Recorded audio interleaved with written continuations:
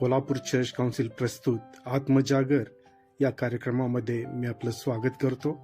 पहिल्यांदा ऐकूया एक सुंदरसं गीत.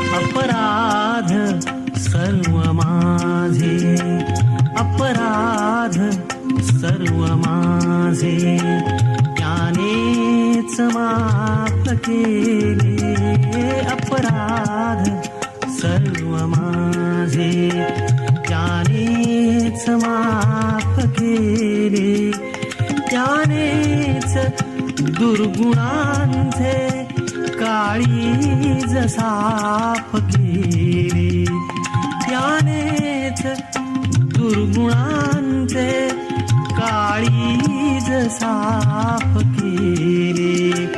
काळोख अंतरीचा, काळोख अंतरीचा झाला नव्या प्रकाशा. प्रत्येक आसवाची कळते प्रभूस भाषा, प्रत्येक आसवाची कळते प्रभूस भाषा.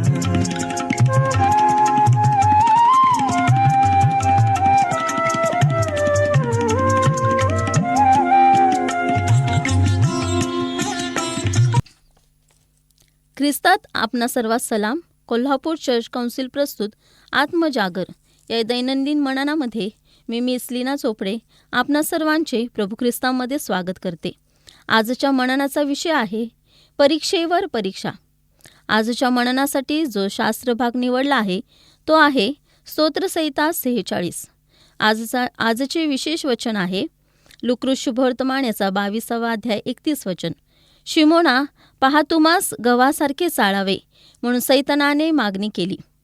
परमेश्वराचा प्रत्येक प्रामाणिक लेकरास ह्या जीवनामध्ये कोणत्या ना कोणत्या वेळी परीक्षेच्या अनुभवातून जावे लागते. शिमोनाबरोबर जे काही घडले त्यावरून आम्ही खूप काही शिकू शकतो.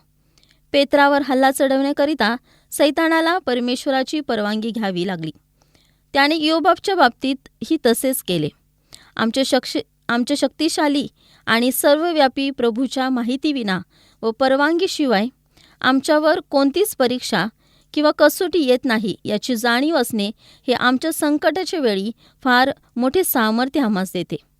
स्तोत्रसंहिता 15 या वचनामध्ये आम्हाला दिसते की देवाने आम्हाला हे शिकवले आहे की संकटाच्या प्रत्येक प्रसंगी आम्ही त्याला हाक मारावी आणि तो आम्हाला त्यातून मुक्त करील. परंतु प्रार्थनेचे शब्द आम्ही उच्चारण्याआधीच तो आमची स्थिती जाणत असतो. गव्हाची झोडपणी ही एका वेळी पुरी होत नाही, तर त्याला वारंवार झोडपावे लागते आणि ते सुद्धा थोड्या थोड्या अंतराने. जशा लाटा एकामागून एक येतात त्याप्रमाणे परीक्षाही येत असतात. आम्हाला ठाऊक आहे की कोंबड्याने बांग दिली की तो थोड्या वेळाने दुसरी बांग देतो. पेत्रावरही प्रभूला 3 वेळा नाकारण्याची परीक्षा थोडक्याच कालावधीत आली. इयोब याचा पहिला अध्याय 16 ते 18 वचनात आपण पाहतो. इयोबाच्या बाबतीतही हेच घडले. पहिले नुकसान किंवा मृत्यूची बातमी येते न येतेच तोच दुसरी बातमी येत होती. तमिळमध्ये एक म्हण आहे, जखम झालेल्या पायांवर दुसऱ्यांदा जखम होणे. देव स्वर्गात शांतपणे बसून आम्हाला पाहत बसलेला नाही. सैतानाला परवानगी दिल्यानंतर प्रभू आपल्या मित्राकरिता मध्यस्थी करण्याच्या मार्गास लागतो. आमचे प्रश्न अनेक असतील, लोक सातत्याने प्रश्नाचा भडीमार करत असतील आणि आपल्या स्वतःच्या मनातही प्रश्न उठत असेल की आमचा देव कुठे आहे. परंतु ते प्रियजन जे मृत्यूछायेतून व अंधकारातून जात असता त्यांना नेहमीच हे माहीत आहे की देव संकटसमयी सहाय्य करण्यास सदा सिद्ध असतो. स्तोत्रसंहिता 46 हे संपूर्ण पाठ करण्यास योग्य आहे. लूका शुभवर्तमान 22 अध्याय 31 आणि 32 वचनात आपण पाहतो, गव्हाची झोडपणी ही आमच्या शुद्धीकरणाची पद्धत आहे. हे गव्हाचे चांगले दाणे आणि भुसा व इतर केरकचरा यापासून वेगळे करणे होय. आमच्या जीवनातील अनेक अनावश्यक गोष्टी बाजूला काढणे गरजेचे आहे. आमच्या जुन्या पापापासून मुक्त होण्याची गरज आहे की ज्यामुळे भार कमी होऊन आम्ही आमची दौड विजयी करावी. जर आम्ही या गोष्टी योग्यरीतीने हाताळल्या नाहीत तर प्रत्येक परीक्षेमध्ये आमचा फायदाच होईल. सैतानाने घेतलेल्या परीक्षेमुळे पेत्राला पुढे त्याच्या सेवेत अधिकच प्रगती केलेली आपल्याला दिसते. आपण प्रार्थना करू.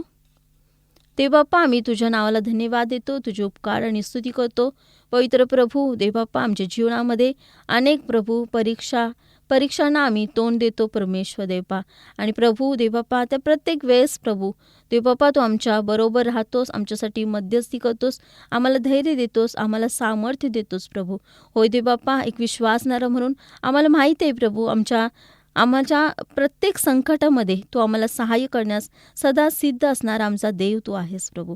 होय परमेश्वरा, आम्ही तुझ्या नावाला धन्यवाद देतो प्रभू देवबाप्पा. आम्हाला प्रभू देवबाप्पा गव्हासारखे प्रभू तू चाळून प्रभू आमच्यातला केरकचरा तू बाजूला काढतोस, म्हणून आम्ही तुला धन्यवाद देतो परमेश्वरा.